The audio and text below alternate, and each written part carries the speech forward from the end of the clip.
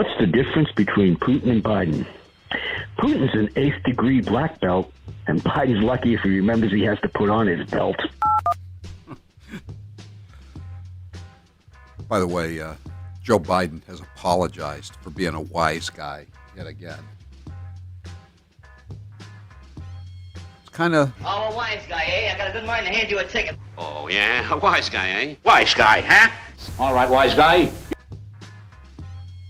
You think Joe Biden watched a lot of Three Stooges in his youth? He didn't watch them on TV like the rest of us did. He actually watched them in the theater. This is Charlie Parker. If I went to that summit in Geneva, I would have given Putin what for, introduced him to my fisherman friends, and challenged him to a game of basketball. Basketball. Oh, I wish I'd have thought of that when it was an appropriate comment.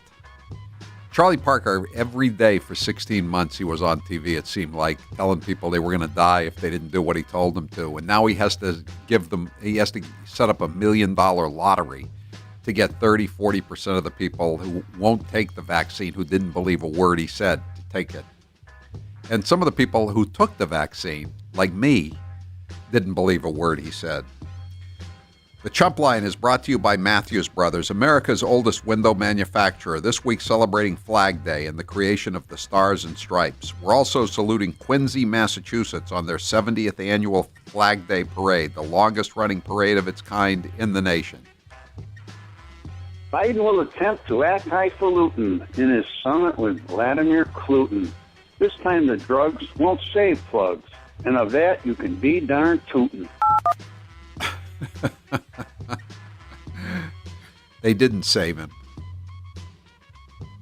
Hi, Howie. Governor Patrick calling. Wow, that mass vax million sounds like quite the grift. Question. When he inevitably wins that lottery, will Whitey Bulger have to pay the new millionaire's tax? We're going to be fine. Did you hear there's a new biography out about the Bulgers? It's a hagiography, written and produced and directed by a Northern Ireland resident. Oh, and he's very much enthralled with the Bulgers, and they have a weird picture in it. I guess it's going to be on Discovery.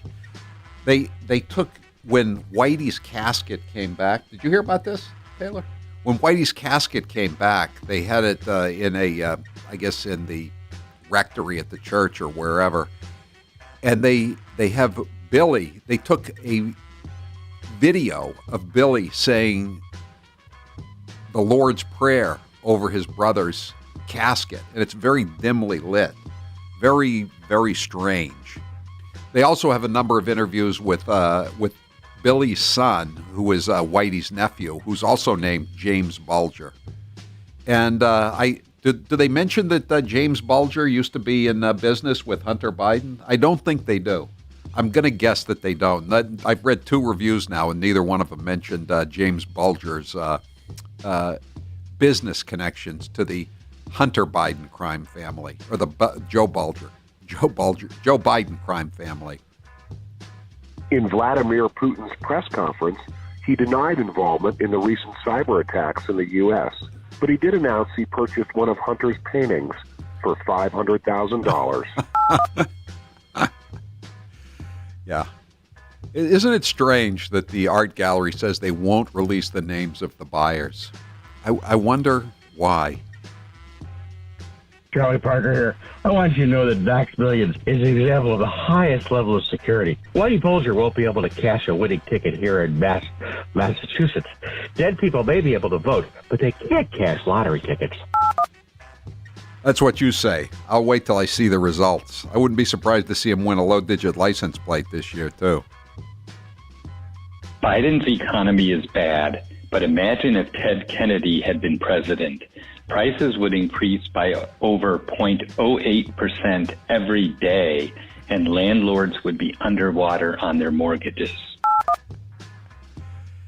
Now they're saying that if you try to rent a car by the summer, the prices are probably going to double because there aren't enough rental cars left. The agencies dumped all their stock last year during the pandemic, and now they can't buy them because there are not enough chips to put in the new cars. So that's going to be the next thing that goes up. That's the bad news. The good news is the price of lumber has now cratered because whatever goes up must come down. And in this corner, a man who has ruled his country with an iron fist for over 20 years, Vladimir Putin. And in this corner, a man who's not quite sure where he is, Jill Biden's husband. Running for the Senate.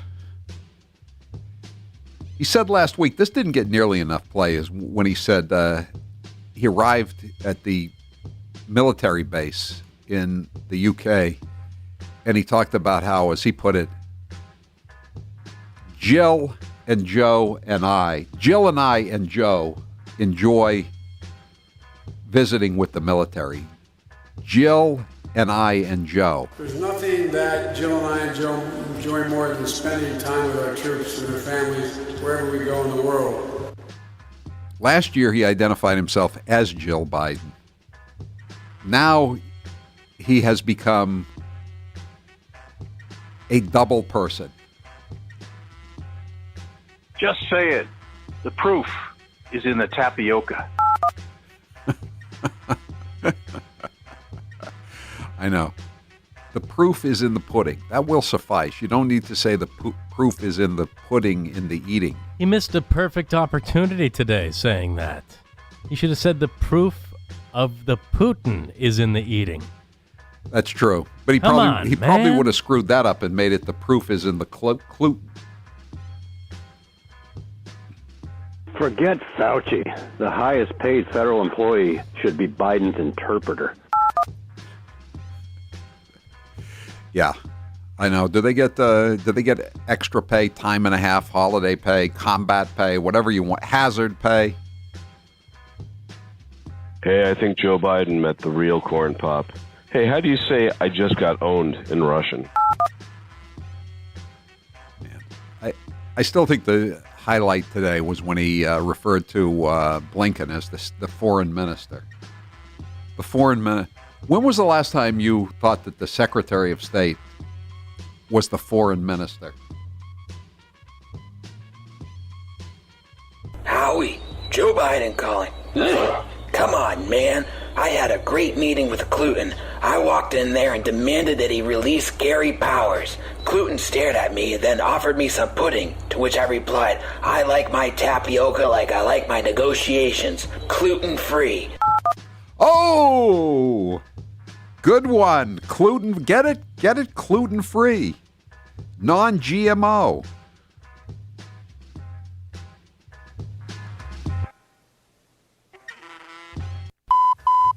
That was your last CHUMPLINE message. Thank you for calling Howie Carr, you chump.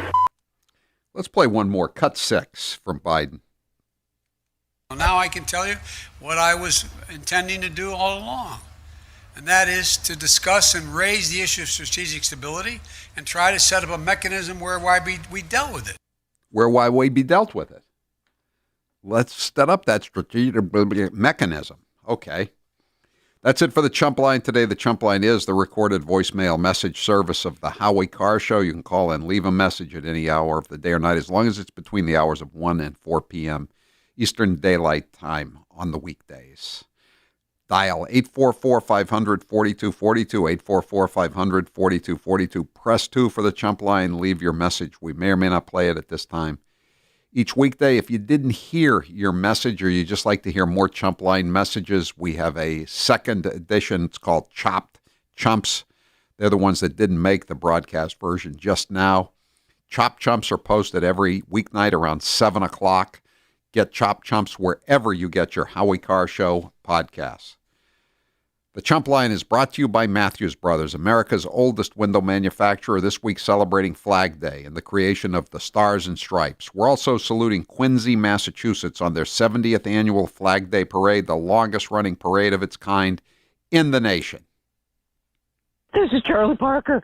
If I went to that summit in Geneva, I would have given Putin what for, introduced him to my fisherman friends, and challenged him to a game of basketball. When was the last time Charlie Parker stood up to any politician?